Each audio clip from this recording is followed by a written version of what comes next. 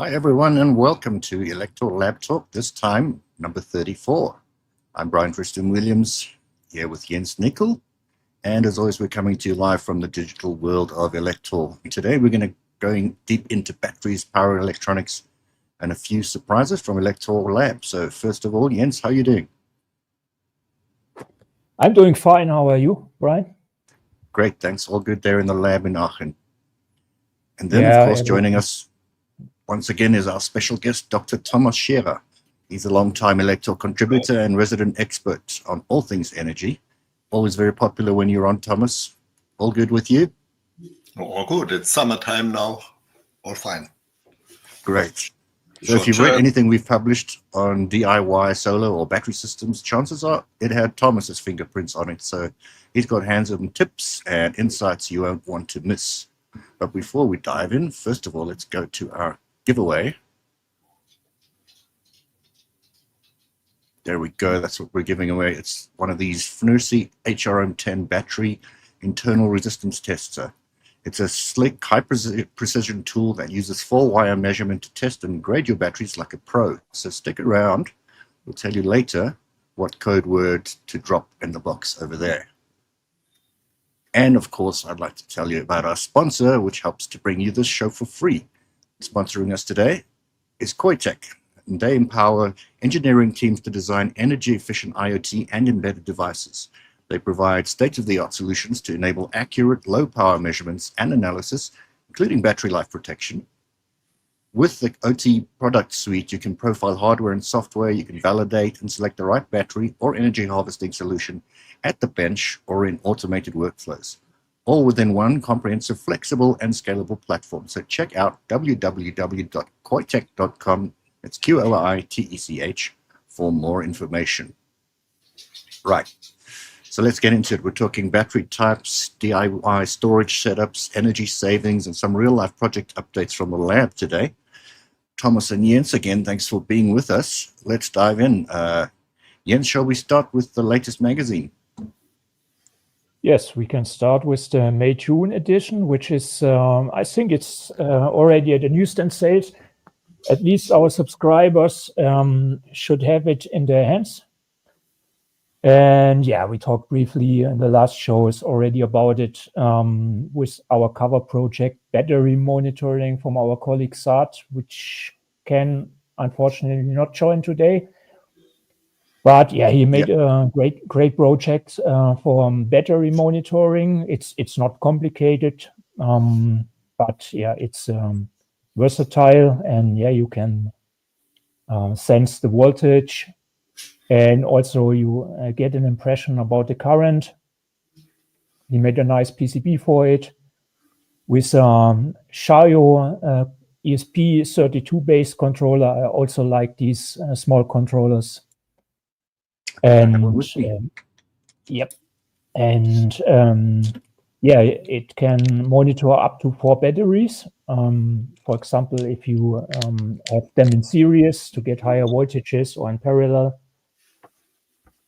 I think we come later to the most important figures about batteries. I think Thomas also has something to say about that. But okay, that's our cover project. But of course, we have much more in that edition. I especially liked PAD control tool. If you have an Arduino sketch and you want to have a PID, a control loop to regulate something, it's always fiddling around to set up the best parameters. You can do it hard-coded, but then you always have to upload the new program, of course.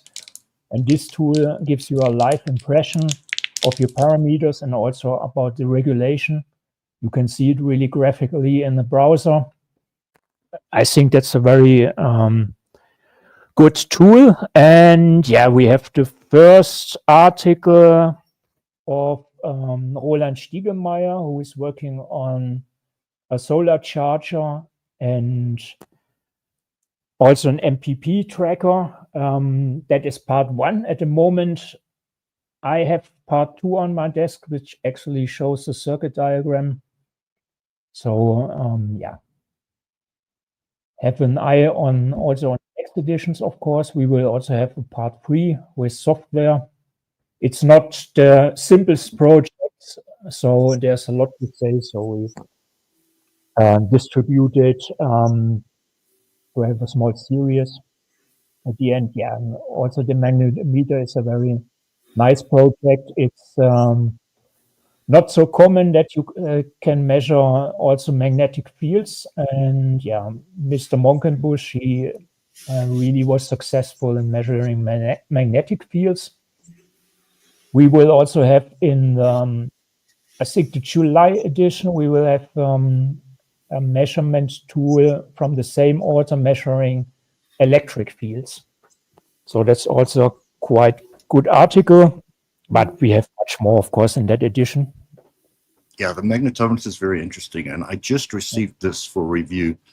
It's an EMF multimeter, so you can expect to hear more from me about that in the future. I'm curious to see what it does and how it works. Just incidentally, I was just unpackaging this because if you look at Saad's board, just to get the size of that ESP module, it's rather tiny. Yeah, it's They're not so much useful. bigger than a stamp. Yeah. Remember when we had microcontrollers called basic stamps? Yes, yes. And 30 years Okay, ago. so yeah, shows my age. And yeah, so we're talking about batteries and all things battery today. So I have my battery box here in case I need to show anything off. But Thomas is here and he's the expert here. He's always writing great battery articles. Thomas, what can you tell us about your latest forays into battery technology? The latest development is always that which is announced and never coming until now. So I think the most interesting thing are lithium batteries with solid electrolyte, because they have several advantages. They're lighter and they are much more stable mechanically and electrically. They don't get fire even if you discharge them completely. So it has many advantages, but in big scale they are not produced. You can't buy them. Well, you only have it in the research labs of big companies and universities now. And maybe some car manufacturers are experimenting with that. Thomas, maybe we use that to speak in general about different lithium batteries. I also brought some from Cologne. One is the usual power bank that is with lithium cells. And NMC, so that's nickel, mangan, cobalt. Yeah. And you have these ones, they are approximately, they have the same energy content, so to say. But the LiFePO cell is or the LiFePO battery is bigger. Yeah, maybe you can say something about the differences. Between lead acid, old technology from more than 100 years old. Okay. And I even have one in my collection of batteries, which is dead now, after not charged it for a year. It doesn't like that. Even it's an AGM version, which is much more stable than ordinary lead acid batteries. So I have it now for 16 years now. And usually I charge it every quarter of a year, half a year, and I forgot it this winter. So what I found this morning, 8.5 volts instead of 12, and it doesn't accept any charge. And this leads to this battery, which is a lithium iron phosphate battery, one cell with 10 amp hours. And it's nearly dead now from not using, because I forgot it more than 3 years. If you forget a lead acid battery for 3 years, it's sure dead. No? So this is working still. And I even tested it this morning, and it has enough power so it can deliver 100 amps, this little cell. Wow. Okay, so you have less maintenance for lithium batteries. Much less maintenance, and they have they have the grade which the amount of power you get out of if you charge it doesn't go so down if you draw high currents. This, if you take from this battery, which is rated 4.5 ampere hours, if you draw 5 amps from that, it only has half of the capacity as is nominal. And this battery has then, even if you use from that, it's 10 amps. So if you use this with 10 amps, it has 90.8% of the rated charge. So they keep much better, much more energy if you take high currents.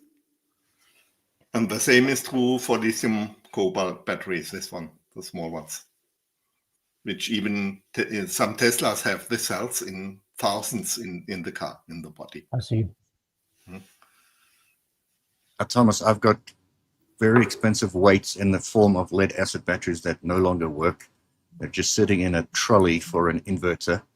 And what sort of considerations do you have to do to get rid of these? Are they worth anything? Do you just take them to a recycler and dump them because they're so heavy? I even heard a cousin of mine has a company in South Africa who is recycling batteries, lead acid batteries. Oh, good. Well, give me the contact. Give it to him. So he really does that, and he sorts it out, and really that one he take apart and sell the lead of that, and does the acid out of that. And the partly good ones, he tries to reactivate them, and sometimes it works, and then he sells it for cheap. Nice. Maybe a car battery for 10 euros or so. Yeah, that's at least there's some recycling going on in that field. Lead acid, even you have to pay in Germany. If you pay lead acid batteries, you have to pay a deposit of 10 bucks, I think. No, and you get it back if you buy a new one and give the old one back. Yeah, so that speaks to Annie G's question there. Yeah. Where do you recycle batteries in your countries? Well, Thomas is just telling me about a new one. Long time ago, I replaced my car battery, and they gave me a small discount if I left the old battery with them. So that's what happened then. But we're always advancing. Thomas, besides electric vehicles, is there much replacement of lead acid batteries for ordinary cars, changing them to lithium? I think manufacturers should do that because a lithium battery is half the size, at least half the size of 1/4, and has 1/4 of the weight. And losing weight is getting more range and more efficiency of the car. And even the price. So in former days, lithium batteries have been much more expensive than much more expensive than lead acid. But nowadays it's about 2 times, 3 times, so not so much compared to former times. So car manufacturers would spend maybe 10 to 20 bucks to get a lithium battery instead of a lead acid. And they have, even then, it's much more stable in normal use. No? You can use it longer. It's not dead after 5 years. Yeah, usually, which is very helpful. It should last more than 10 or 15 years. Yeah, Thomas, maybe before we come to battery maintenance, let's speak quickly about battery dangers, because there's a difference between NMC cells and these LiFePO cells. And I remember I had, I think, a normal lithium battery, which was looking weird or something like that, and the recycling facility in our town, they did not even want to take it. Yeah. And that was already a recycling facility where you can bring all sorts of chemicals and so on, but they did not want to take that lithium battery. And I had to talk with the boss, and then they took it. But okay, that means there's a big danger for the NMC cells.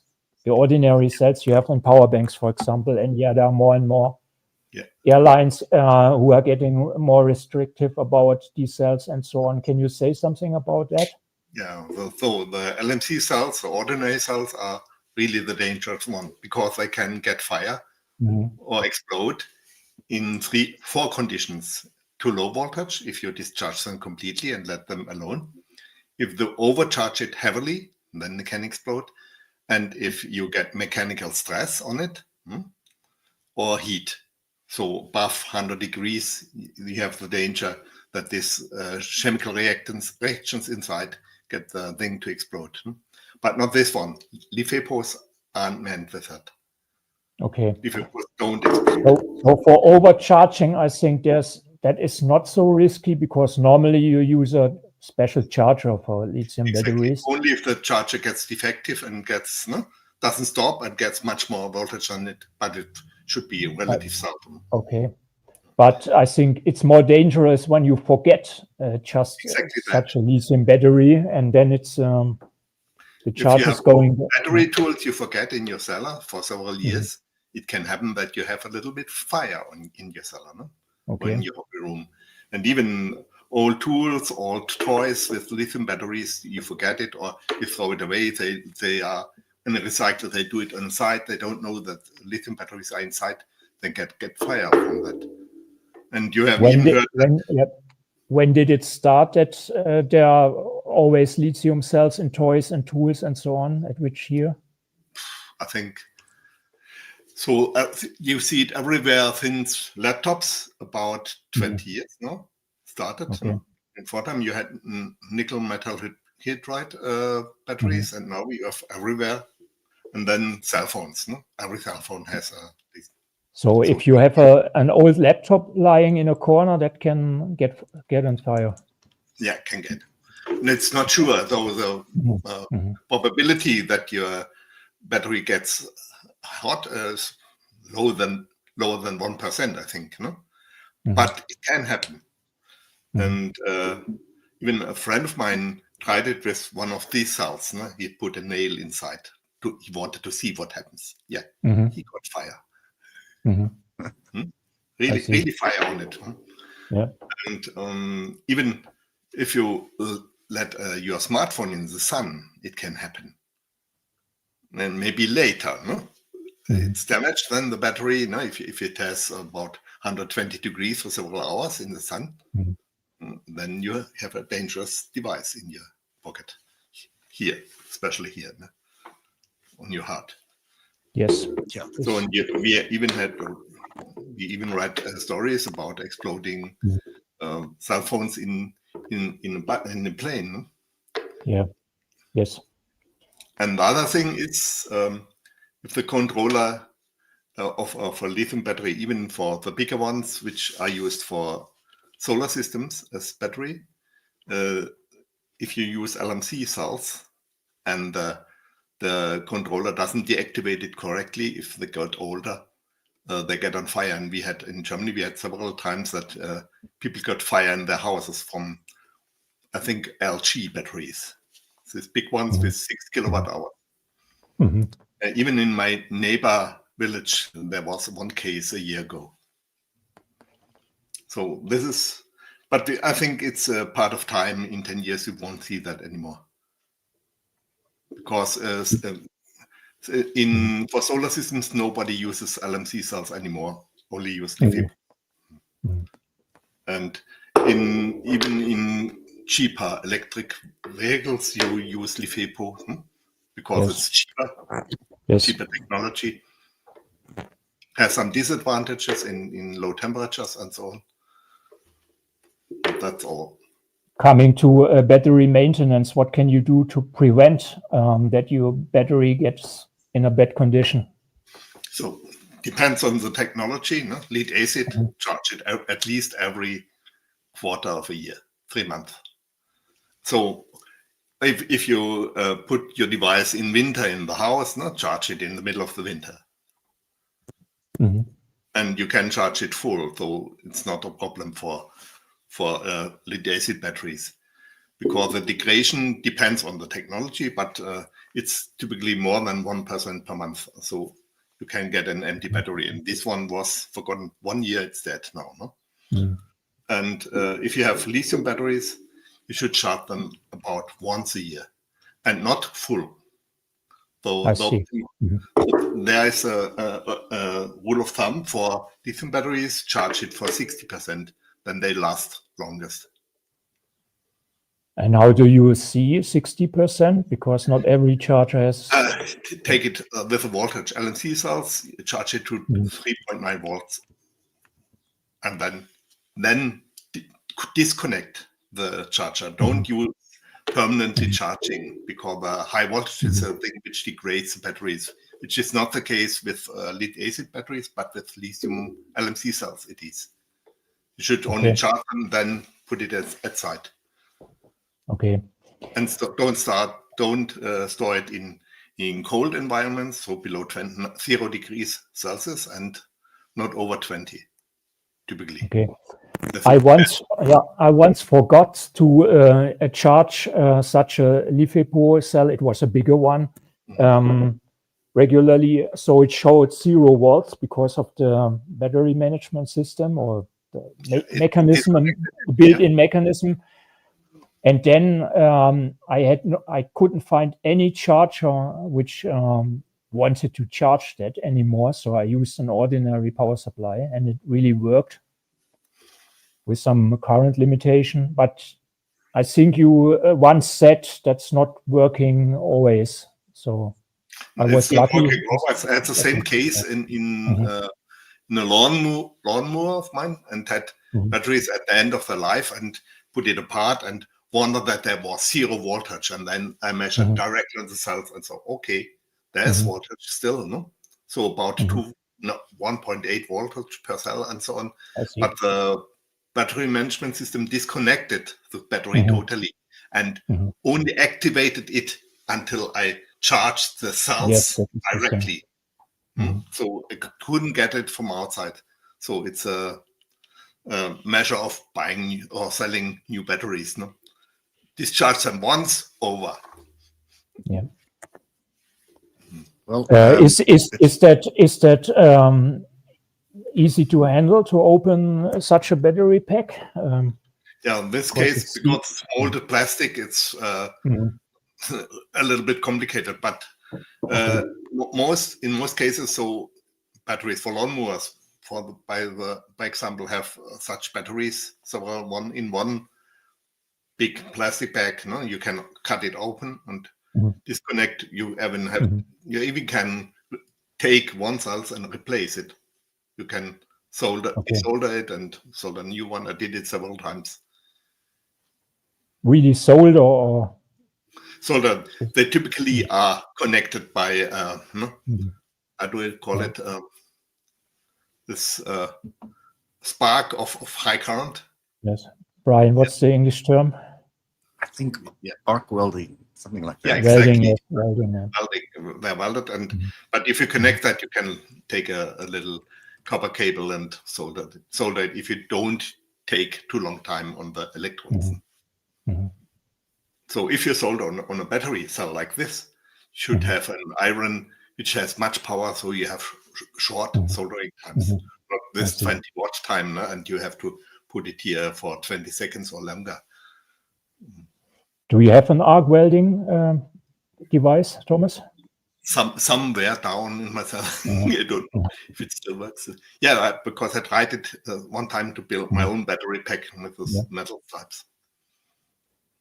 And the battery management system you get from AliExpress or somewhere?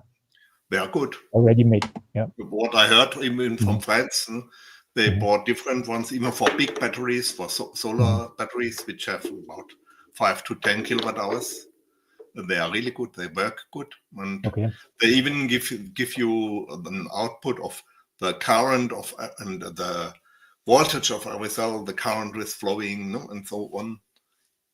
Sometimes you even can program them from outside. Okay, you mean there's a digital interface? You can get the values. Usually RS8, not 422, 485, something like that. I see.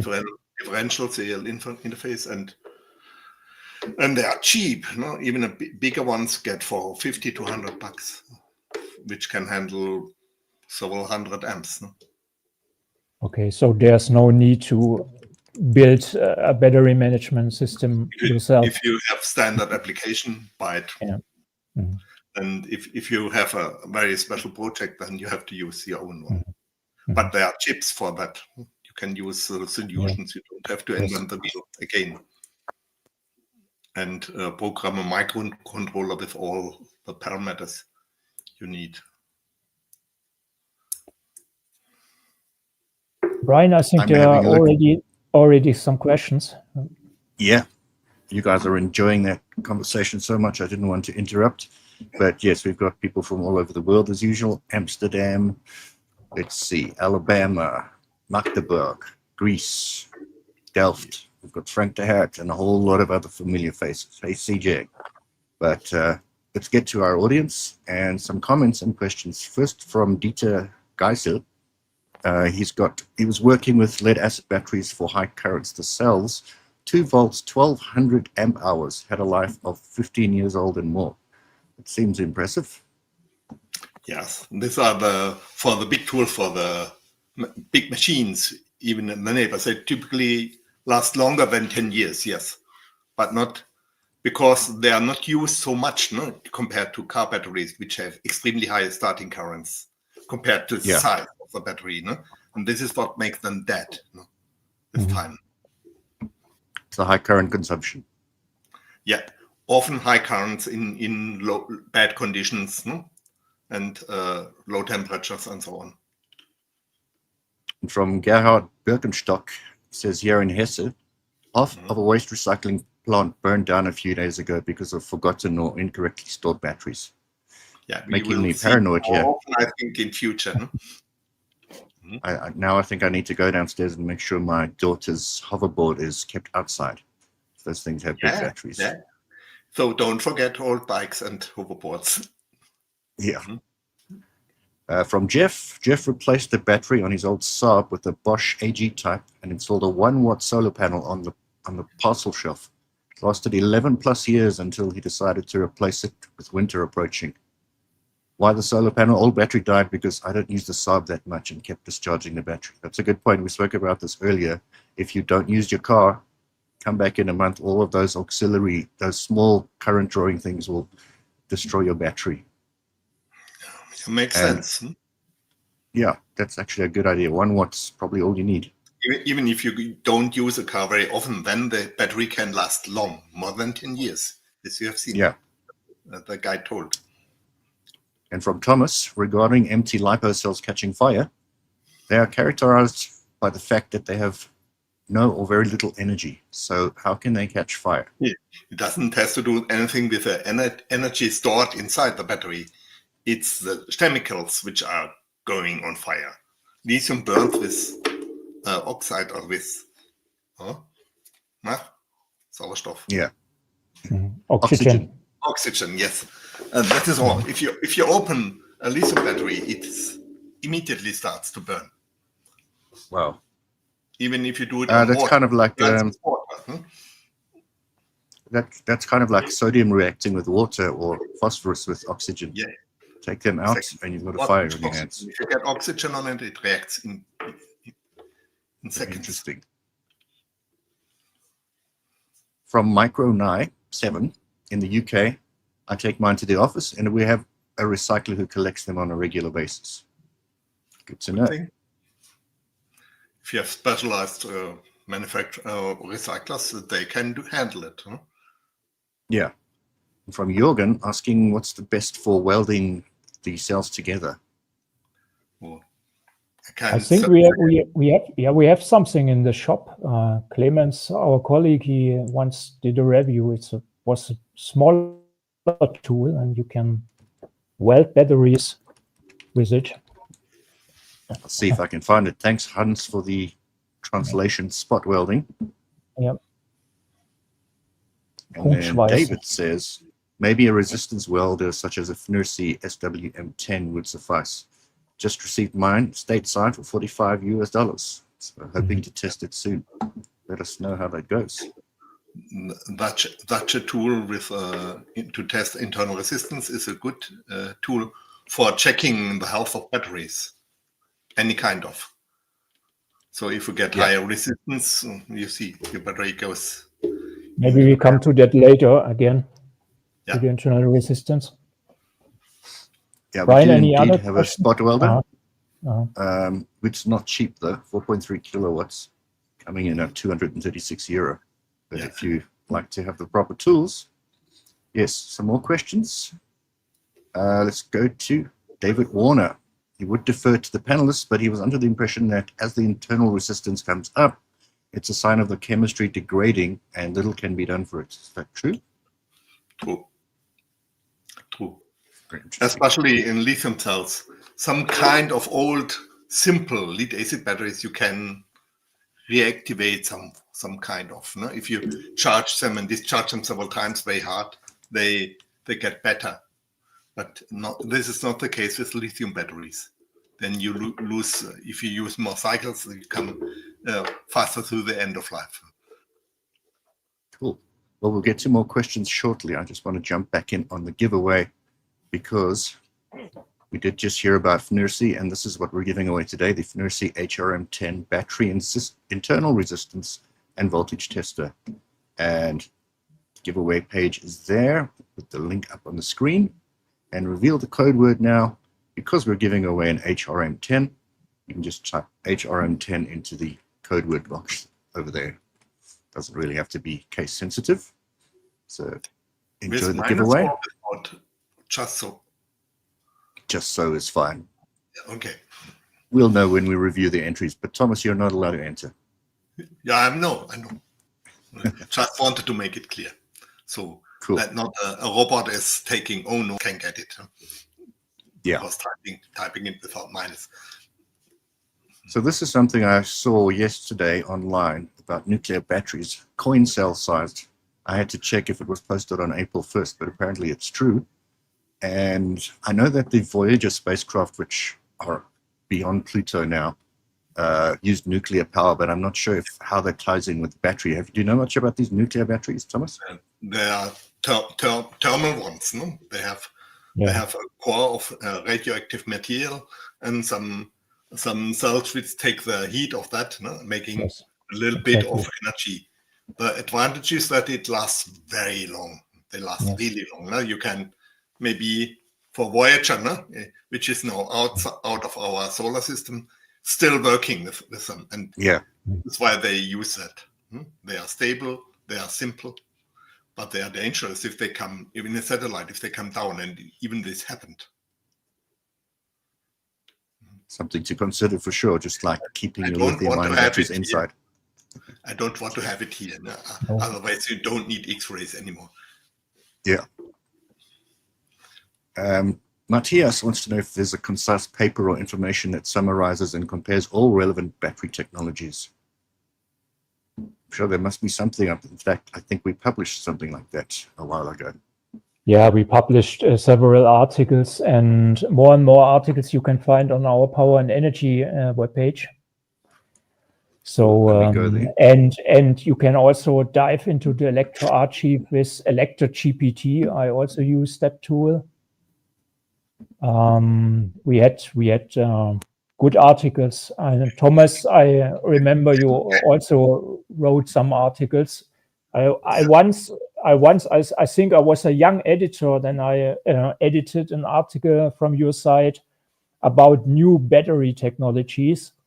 And I think most of these battery technologies, they are still not available. So there is so much even coming out. That was the same with AI, no? People are speaking of that for decades, no? And suddenly now we have it, no? Mm-hmm. But you think that solid electrolyte battery that is technology which will come soon? I think soon, yes. Less than 5 years commercially. How about sodium batteries? Sodium-based batteries? But not for cars. Only for stationary batteries. Okay. Because of the heat and all the things. And the weight is, and they are or heavier. Yeah, you see the cells in this photo. It's one of that. Huh? Uh-huh. Yeah.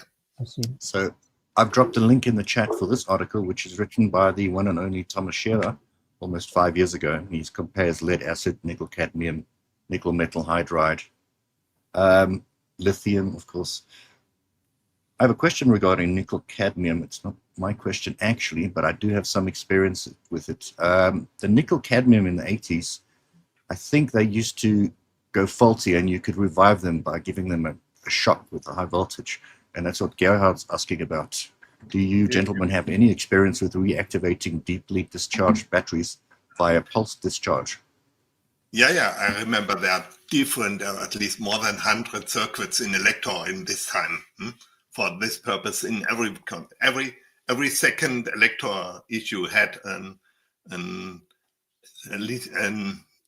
charge or a revitalizer and so on. No? Everything is about this technology in this time, the 80s. Yeah. But the most was for, I think, lead acid batteries. Even this nickel cadmium. Mhm. And Okay. even you see, Toyota even used nickel cadmium batteries until 8 years ago. Because they have some advantages. They are extremely stable. If you care good about them, they can last longer than lithium. But they are heavy. Now, I'm curious if you remember, because in the 70s, when I was a kid, we bought batteries for portable electronics. I used them up and threw them away. I think the 80s was the first I remembered rechargeables, and they were nickel cadmium. Was there much rechargeable technology for portable electronics before nickel cadmium? Chargeable. I know some old radios which had lead acid batteries inside. Wow. Big ones, even weighing some kilograms. Yeah, well, that would double your weight, at least. Yeah, at least more than that. Paul Gallagher says he's heard of significant improvements in LFP or LiFePO safety and performance, but mainly for electric vehicles. Are these chemistries appearing in other applications like embedded or consumer? Yeah, this progress in meantime, little steps. They have the insulators between the electrodes is now getting better, so the dendrites can't go so easily through it. And that make a short circuit and can set the battery in fire there.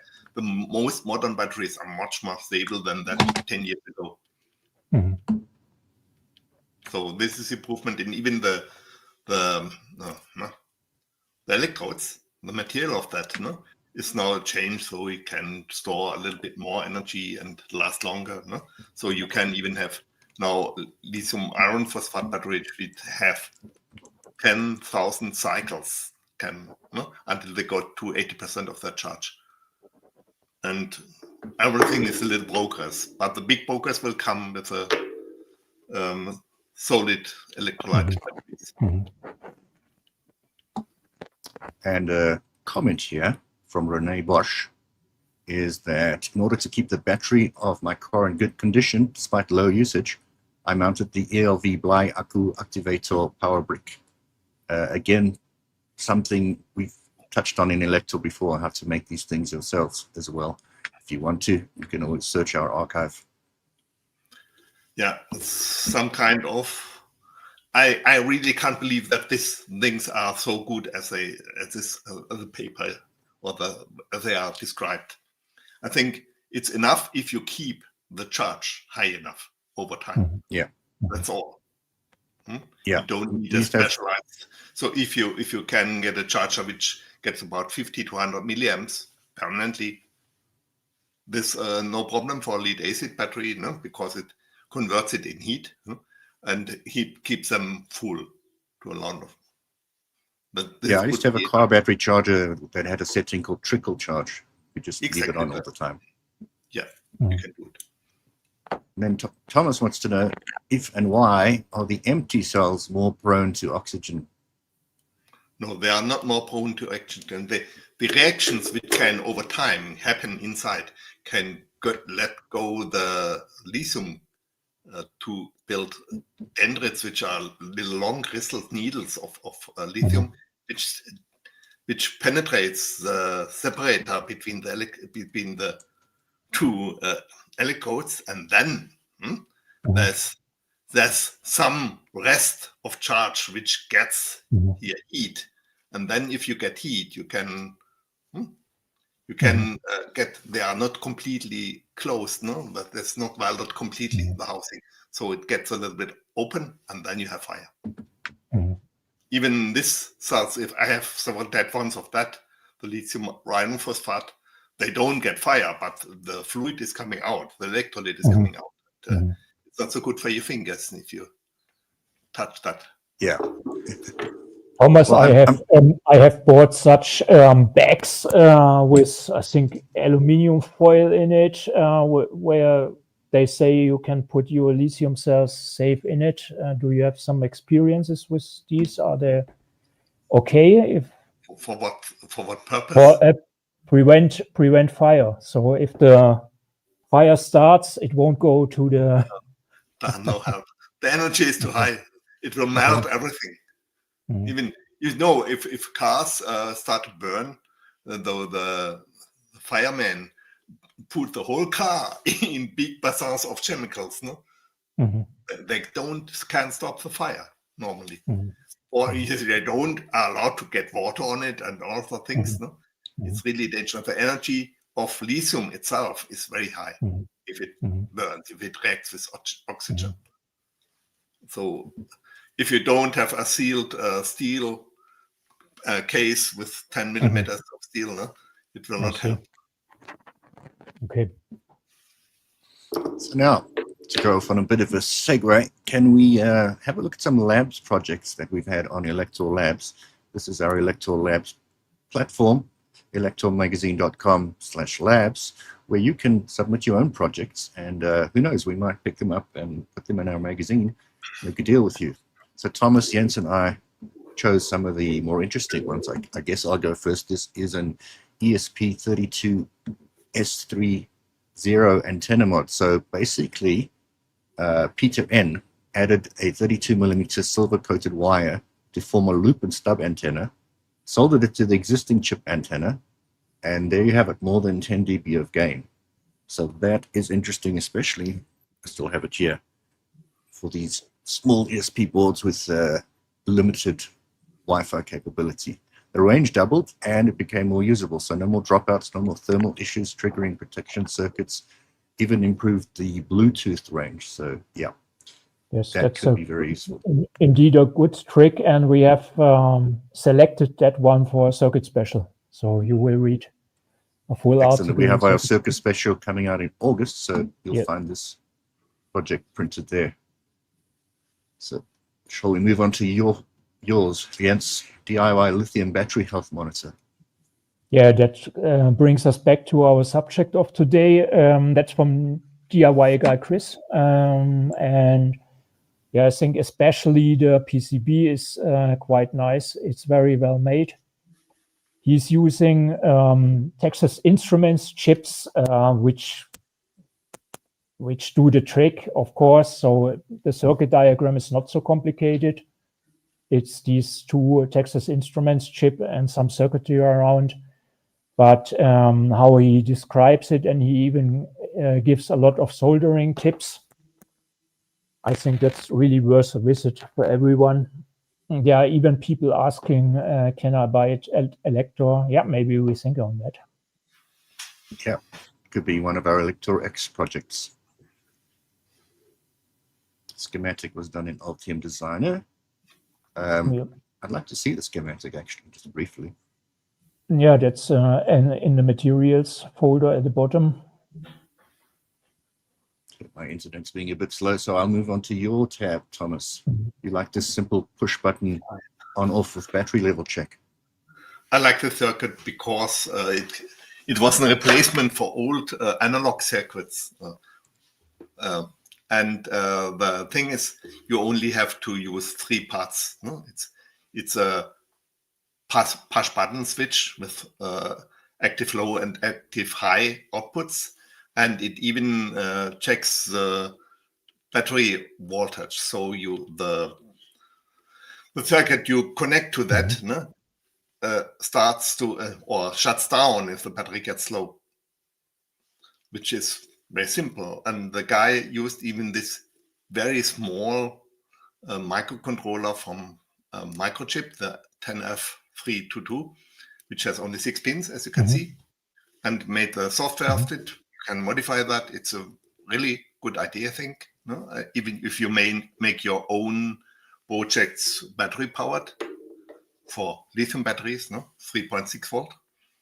And yeah, it even shows that ideas from people are taken from Elektor to print it in the magazine. And the circuit is published, I think, 3 years ago, 22. And you even can read it on Elektor. No? So it has many comments on it, and I found the idea really good. Maybe somebody can use the same with another chip, but this chip is really good. Cheap, €1, I think. And programmed in C. Yeah. It's like the good old days for me. Solution to add for self-build devices. Before I go to the comments, I just want to introduce everyone to Thomas's dog. What's your dog's name, Thomas? On the couch there behind you. It's a Russian breed. It's a Bolonka Cvetna. And it stems from the little village called Wölfis. And when I got into the village, I saw the sign of the village, no? Wölfis, and then I knew the name of it. Yeah. Nice. Question from Norbert. What to consider when using a lead acid battery in outdoor, for example, garden watering, charged by solar panel, charge control, maintenance, security, temperature? Temperature is the most thing. For the other things, you have ready charge controllers you can buy. So from this Dutch company, I don't know the blue chips. They have I don't know, remember the name of that company, but they are usual, even especially for outdoor things. The only things you have to have lead acid batteries in winter, not outside, and charge them. So they don't like cold. Yeah, it's cold, and then maybe the solar panel gets for longer time not enough energy, so it's not stored, and even the discharge of the solar controllers discharge the battery totally, and so on. This is only risk, I think. Is this the company you're thinking of? No, it's not this company. I don't know. They are famous for charge controllers for boats and so on, and campers. And they have even small. I have one of them for my lawnmower, which is powered by a big solar panel. And former times I had lead acid batteries, and then that it showed that it has not enough energy storage, so bought a lithium one, replaced it. So this is what I would do. I would take lead acid batteries anymore if I had to buy a new one, because you have ready built 12-volt batteries. You don't need care. You can replace them really simply. And I had triple the charge on the same space. So the old battery had 12 amp hours, and the new one had 32. It costed about $100. Now you get it for 50, 60. So there's no need for lead acid batteries. And this, if you take a lithium batteries, you can take it out and in winter and put it in, forget it until next spring. It doesn't lose its charge. It doesn't get self-discharged. Well, this conversation has put the fear into me of lithium-ion batteries, and Paul Gallagher as well. He says, just going to throw away all my LiPo safes and charge my LiPo batteries in storage. Does the size matter? I mean, I know that a hoverboard, for example, has a big battery, but like, what about something like this? I'll just show this. I like it. It's quite innovative. It's a 9-volt battery, but it has a USB-C connector over there. So it has battery management system built in. Quite useful if you're running, say, Arduino projects and that. But any danger in the smaller batteries, Thomas? Oh, I don't forget it. That's all.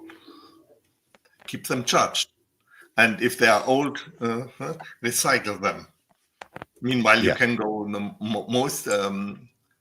most stores have a box, no? And normally they are not really prepared to get lithium cells inside, but you can do it. Huh? Yeah, well, I think store them outside firstly. That's what I think I should do. Yeah, I would. Thomas, Especially the polymer batteries, which are much more dangerous than because they're only a weak housing of that.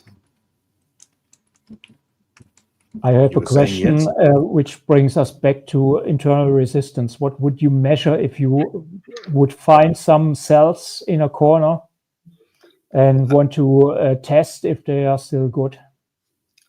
First, I would measure the voltage. It should not be 0, but then even then, I would try to charge it and check it next day if it keeps the voltage to a good amount. And third, if I want to know if it's good, I would really check the internal resistance. And even the cells should be internal resistance below 1/10 of ohm or so. Then it's good. I see. But there are differences between NMC cells and LiFePO cells. Yeah, they are a little bit higher compared to the capacity. A little bit higher, but not so much. So even that is in milliohm range. The internal resistance. And Thomas, Jan van der Aar wants to suggest the company name is Victron. Victron, exactly. It's Victron. Yeah. Okay. Thanks, Jan. They have good, small, and cheap maximum power point trackers inside, which I would prefer in any case. And thanks again, Annie, for your question. USB-C on 9 volts. I don't recall seeing that before. Well, there it is right there. And I even put it on my tongue and it was charged, sadly for me. It has to have good part of electronic inside, no? Charger with a step-up converter and battery management system because it has several cells inside. Yeah, I have some AA cells which are rechargeable in that way, and they are slightly bigger. So sometimes it's filling to put them into a device. Andreas has a question for you, Thomas. How dangerous do you consider LiFePO batteries built from, for example, 16S prismatic cells with about 280 amp hour as home power storage in terms of fire hazard? I'm not referring to the different DIY setups made from wooden boxes, but metal cases. The only risk you have is don't short circuit the thing, no? Because it melts, everything is melting down metal. No? Even if you have 10 or bigger wires or a screwdriver, no? It will get immediately hot and melt. That's the only risk, but not fire as battery. It degrades with time and cycles, and that's all you have. Even a friend of mine have built such a battery and has no problem. Uses it for 3 years. Absolutely stable, no problems. Don't short circuit them. I think LiFePO batteries will take the place of lead acid batteries because they will be so cheap in some years. Here's a good tip from Vim. When throwing away old lithium batteries, it's good to put some tape over the connections. Good tip. It should help prevent a short circuit at least. Help to not burn down the stores. Yeah. Well, it's amazing to me how many things can be controlled by batteries nowadays. To me, a soldering iron is a very hot thing that you plug into 220 volts. But things have changed a bit. Now they've got these, I did a review of this secure tweezer, and it runs off USB. So you can run it off a USB battery bank, but it also has a barrel jack at the back. So if you have a bigger battery, you just take, say, one of these. Actually, this one might be a little small, but it will work. And you put a barrel jack on that, and then you've got your soldering iron for the field. So the miniaturization is great. And I have some chargers here. I think so. Normally I should have. Yeah. Somewhere. Yeah, here it is. Typical little chargers for, complete with for cells. And every kind of cells is the size. which I can use inside Hopper.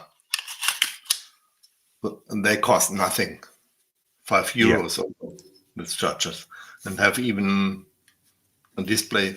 Just use that for years now. A friend of mine was asking if he could make a GPS tracker for his dog that wouldn't be too heavy for the dog because it's not the biggest dog. And I think, yeah, if you got something like this and a small GPS module and then maybe a battery similar to this, that would be fine on a small dog.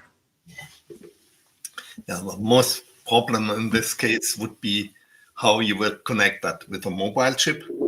Then you have a big battery inside, and you have to pay for the connection and so on. Or if you have a direct RF connection, you need power. So there's no optimal. I thought even for my dog. Yeah, I think his purpose was not to. Don't can hang a battery of this kind onto this dog. Yeah, you need a Great Dane then. Yeah. But yeah, his purpose wasn't live tracking. He just wants to see when he takes the dog for a walk, how far does it run? You can dump that data when you get back home to the Wi-Fi, or you can use your smartphone as a hotspot, I guess. That maybe it makes sense. Question: any software to use for simulation, commercials and non-commercials? In other words, free software, I guess, for simulating battery performance. For simulated batteries, no idea. Okay, I did see some interesting. It wasn't simulation, but it would, in one of our Arduino books, I think possibly by Günther Spanner, there was a battery decharge measurement circuit on an Arduino, so you could actually see the curve as the circuit discharged the battery, so you could see the performance. Not exactly simulation, but you just reminded me of that. It would show you the graph, and you could see if your battery was really shot. That would be an interesting project to check chargers, to monitor chargers. Yeah. Charge checker, yeah. Andreas agrees with you that shorting a 15 kilowatt-hour LiFePO battery at about 52 volts nominal voltage would definitely not be a good idea. So thanks, Thomas. So several thousand amps you will get out of that.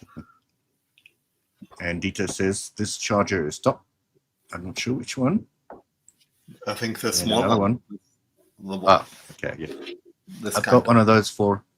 I've got a handheld gimbal for camera, and it takes 2 of those batteries, and also comes with such a charger with a USB-C connector in the back. Yeah, and they are sodium batteries, no? Only for stationary batteries. So maybe for solar systems, bigger ones, because you need high temperatures and some caretaking around of that. Not for cars, not good. I don't want to have an accident with a car with a sodium battery. Yeah, I heard of someone referring to salt batteries. I don't know if they just meant sodium. What about hydrogen fuel cells? I know it's not exactly battery, but could it be the future? Yeah, there are 2 cars which are produced, from one from Toyota, another one from Korea, I think. Yeah, you can buy it, you can use it, but it's they are very expensive, and I think it has no future because the storage of efficiency is too bad. Yeah, and even there's a problem of having the infrastructure of that and all the things, and even you have this high pressure tank of that, Yeah, 300 bar or more. Not so funny. everything. And you're not allowed comes to with park its in a pros and park cons. downstairs. With that. So a little bit impractical at the moment. Yeah, but if you like that, you can drive a car. They behave like an electric car with a long range. Gerhard has a comment that there is a cat tracker on the market to know where the cat goes every day. Yeah, my friend wanted to do something DIY, but yeah, I think I've seen something on the internet where it's not live tracking, but the guy downloads the data and then he finds the cat goes to the craziest places and the craziest routes. Yeah. What they get up to. More interesting than dogs walk. Yeah, I'm not seeing any more questions from the audience. A couple of comments here's one from David, an interesting site geared towards EVs. So that could be interesting. And Dieter again agrees with you, lead acid batteries never in winter outside. Yeah. What about in your car, which is not exactly, the engine is not exactly sealed from the elements in winter? This is why they last only 4 to 5 years. Uh-huh. They put a heat blanket around the engine. Yeah, exactly. You should condition them, no? Before starting. They should heat them first, and then if they have enough energy, they can start the leftover. They can start the car. You're gonna have to use some of the battery power to heat the battery. Yeah, I don't think you have that problem in South Africa. No, it doesn't get too cold. Yeah, it goes down to 0, -2 on an extreme, but it's not like we get any serious snow where I live. But sometimes you hear of cats that will go and hide under the car for a little bit of warmth from the engine on a cold day. So always check your car so you don't ride over the cat. What is a cold temperature for you, for your batteries, Thomas? How cold does it get there in winter? In my region, usually it got no more than -6, -7, but several. I remember one time in my life it was here -25. That can happen in Germany, yes. Or even in part of Rarely, Bavaria, there you can have regularly. No? You can even get below -30. But most parts of Germany are not really freezing. So -10 is maximum in flatlands, not on the mountains. And I was wondering, do you guys have any heated garages to protect your cars? But then it's just the battery you're protecting. Replace that in 4 or 5 years. I have a heated garage because it's in the house. So it never gets colder than maybe 10 degrees. And I really see that my batteries last longer. Okay. Jean-Pierre wants to know about zinc-based. 10 years ago, they were promised to replace alkalines. Zinc batteries. I remember something. I don't remember why they should be better. But never heard of that in practical terms. Another good tip from David concerning the car, 12-volt lead acid. Keep the battery top clean, especially in humid conditions, because you can make a bridge with some moisture and then run down your power. Yeah. And even the cables in the car can get moisture and draw currents which you don't calculate. Okay. Yeah, and it's I think distilled water won't conduct much, if any, electricity. But as soon as you get it dirty, throw some particles in there, and then you've got your short. Yeah, exactly that. And there are even parts in the motor room of a car where cables are going around, which are not so properly isolated. And then pleasure to ACO. Thanking you for guidance, Thomas. And David says it would be fun to track the cats. I can only imagine where they go each day. Yep. Google it. People have done that. They are crazy cats. Yeah. Anyway, I think we've come to the end of the questions. Is there anything else you want to cover, Jens, before we sign off? You've got there are so many interesting things to consider. Maybe we could fill easily another show. Maybe we do that in autumn or something like that. There's of course an interesting question. What do you have to consider if you put such batteries in series or in parallel? But question alone, this would fill.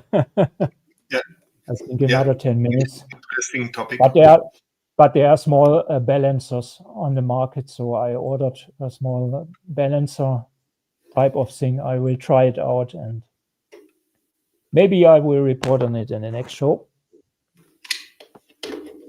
And Rene Bosch is not as lazy as I am. Rene takes the battery out of the car in order to recharge. There's no power connection near the parking place.